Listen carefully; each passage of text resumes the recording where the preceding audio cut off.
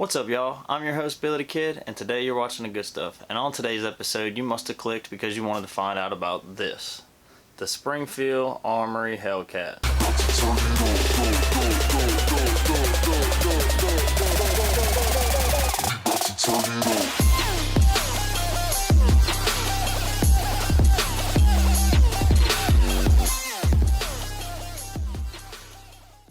A fine little micro pistol design for everyday carry.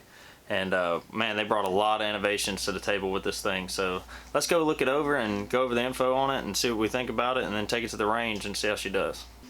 Alright, we're looking at the Springfield Armory Hellcat. So this is what it comes in. Nice little carry pouch.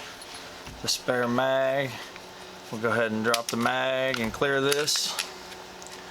Anything in there? Nope. Nothing in there. Alright, so we're clean and clear. We'll go ahead and move this out the way. I'll be using my brace seat pistol cleaning mat to present this. It's a nice mat I got from Pride Fin. I'll put a link in the description below. I like it a lot. So, on first glance, the first thing I notice is the grip. The grip is very unlike anything I've seen before. It's supposed to be adaptive technology, so the tighter you squeeze it, the more it locks in, but on touch it feels smooth, and it does. It feels pretty smooth. It doesn't feel like it's too aggressive or anything. I notice as soon as I start to grip it and get some grip on it and squeeze, it does lock in pretty well. There is a little flex to the mag well here, which is not really too surprising considering the amount of material that's here, but it does feel solid. It does feel typical of Springfield, very tight. Comes with an 11 round and a 13 round. You have a flush fit with the pinky extension, so that pinky fits on there good. You know, I have pretty decent size hands, and I can get all three fingers on there, so that's nice. That'll be nice on the range. And then with your other magazine as well, you can get that pinky all the way on there, get a nice high grip. As far as the beaver tail goes, it feels pretty decent. Feels like I can get up under there pretty nice, pretty tight. Let's see, what else do we notice? Flat facing trigger. So the trigger is somewhat flat, or they advertise it as flat. I'd say flat to a degree. It does curve towards the edges, but it feels flat on the finger. Nice clean break. Tight reset. Yeah, that'll work. As far as the takedown, typical what you're used to, you know, drop your mag, lock your slide to the rear, put your takedown lever up, pull it back to the front and depress the trigger. That'll let it slide off. Typical field strip, you got your recoil spring, and then your barrel comes right out. Hammer forged barrel, good quality. Everything in here is coated, looks good. And then the rails are pretty beefy. There's some meat to them rails. I like those. The internals in here look very beefy and nice and refined. As far as going back together, simple as sliding it back together, flipping your lever down. Yeah, I think she's going to be real nice on the range. It's got where the recoil rod sticks out past the end of the muzzle. So that's a standoff. So if you press that up against something, the gun will still fire, even though you're pressed up against something. Now, would this make this fire every time if you're up against something? No, because if you press back on the slide itself any kind of way, it's still not gonna let the trigger depress. So to me, it's kind of novelty almost. It does have a nice loaded chamber indicator.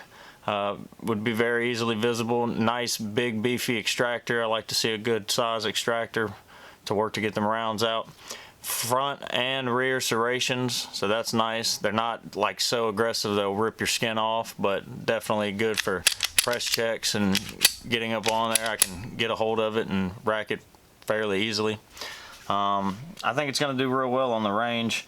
I don't know how I feel about the grip entirely, not the texture so much, just the size. It does feel small in the hand, and it is a decent size slide and everything up here that's going to be a reciprocating mass. So I'm curious to see how I'll be able to manage the recoil on this compared to an XDS and a Mod.2.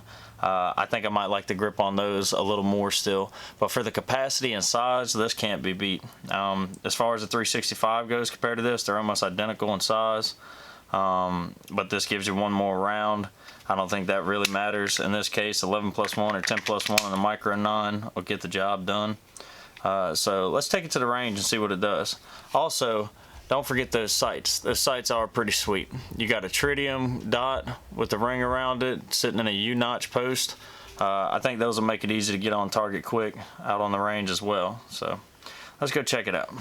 So now what we're gonna do is do full mag, 11 rounds in the Hellcat on a silhouette target as quickly as possible while maintaining recoil, and then reload 13 at extended and unload that. And just see what we can do under time, stress, you know, hold management. We're at 5 yards on a silhouette target. Another thing I want to demonstrate really quickly is these, to me, are a double stack mag. Here's a double stack mag here for an XD Mod.2, and this is 13. And then here's the 11 for the Hellcat. And I want you to notice, like, they're like identical with, I mean, no difference there that I can tell. Like, exactly the same size sitting side by side. So and it fits in a double stack mag carrier. So I've heard semi-stack, this and that, you know, I consider it a double stack, but much smaller grip. All right, so let's see what we get. 5 yards silhouette, quick as we can under time.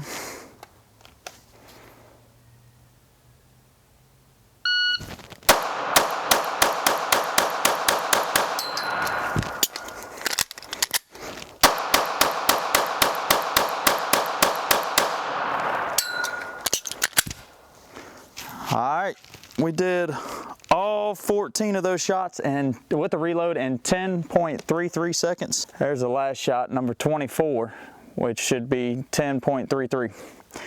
So good splits there, good time.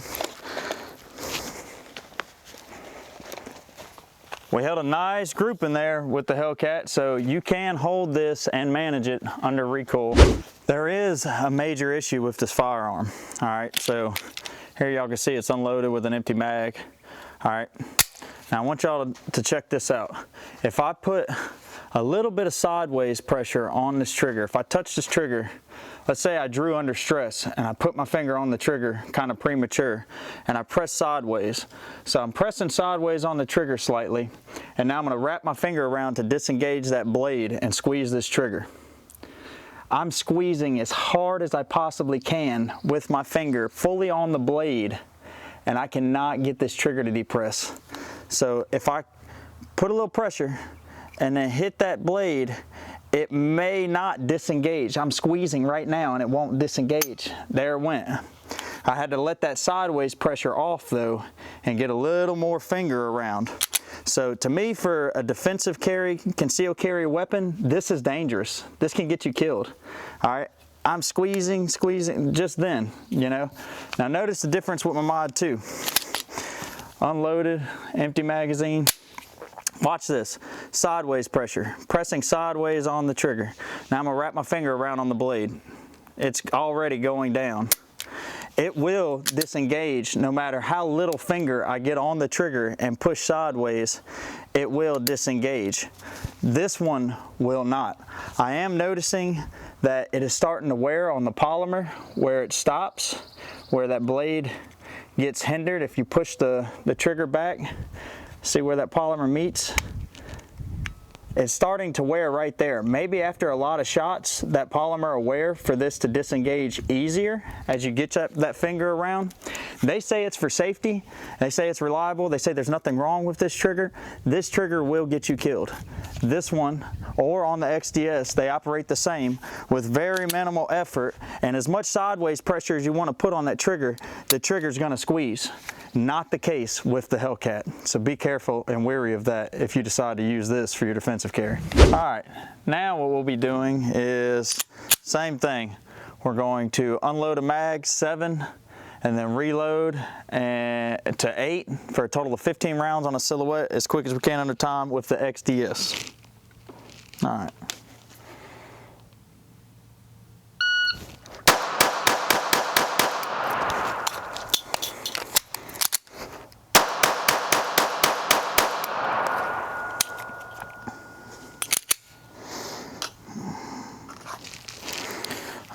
15 rounds with the reload and a total of 7.98.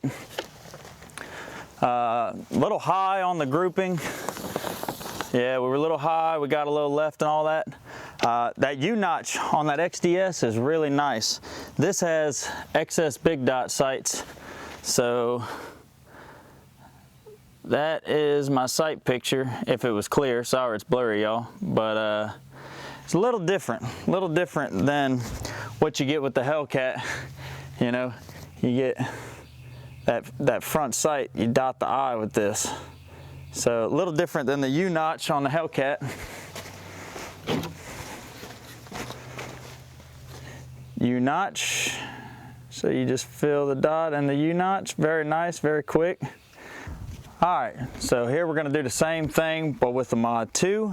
I'm gonna shoot this one like I did the Hellcat, 11 rounds, reload, 13 rounds for a total of 24. We're at 5 yards, starting from the low ready. All right.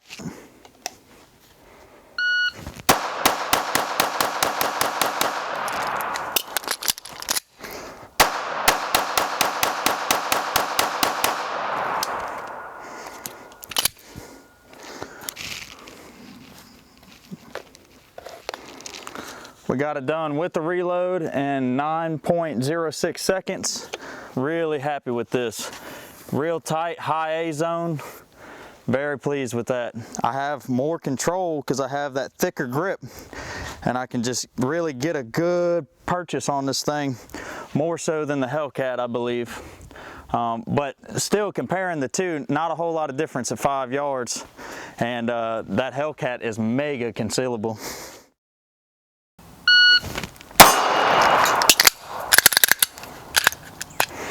If y'all like what I do on this channel, please consider hitting the subscribe button and pinging that little bell so you get notifications when I put out new content. I really appreciate y'all coming to me for my videos, and hopefully y'all like what I've been putting out. We're almost at 300 subscribers, and we're like 7 months in this deal, so I really appreciate all y'all for tuning in. Thanks. All right, so both guns have been clear. If you're familiar with an XDS or an XD Mod 2, you know that they're virtually the same size. The only difference is the XDS is somewhat thinner. It's a little bit thinner. It's a single stack. So single stack, double stack, that tells you kind of the difference there. Now, when you put these two side by side, okay, you can see that the Hellcat is noticeably smaller, all right? Shorter, slides thinner. The profile of it is just smaller all the way around. So, but with a double stack mag, as you can see with the grips here, they're virtually the same size. This one might be a tad bit bigger to get that double stack mag in there, or semi-stack. I don't know how they call it a semi-stack though. It's exactly the same size as a Mod 2 magazine pretty much width. So, but it is smaller and more concealable than the XDS, which is impressive. Final remarks for the Hellcat. Okay, the grip, I like the grip. The grip is very smooth and comfortable against you, but when you put it in your hand and get a good firing grip on it, it is very positive. The slide lock, it is pretty difficult to engage the slide lock when you pull back because of how they've molded the polymer. And they just made it to where it wouldn't snag on anything for concealability for carry, which is great. But if you're someone who really likes to engage that slide lock, that you might find an issue there. The mag release is very flush, but because of the size of the grip, with a full firing grip, I can still depress the mag release to drop mag with a good grip on this pistol, which is nice. I'm not used to seeing that anywhere. I like the stippling or grip job they did here for indexing your finger on both sides. Very nice to know exactly where you're at. My only issue with this firearm is the trigger. The trigger is not spot on. Y'all didn't do well enough with this trigger. Everything else about this firearm though is quality and I believe to be very nice. The loaded chamber indicator, I'm still iffy about that. You have to get an angle on it to see it, so you have to turn the gun and be able to look in there to see it, where with your Mod 2 and your XDS, it just, you know, raises up on the top side of the slot, so even when it's flat, from any angle, you know if that gun's loaded or not. So not sure how I feel about that. Other than that though, I think this is worth a shot.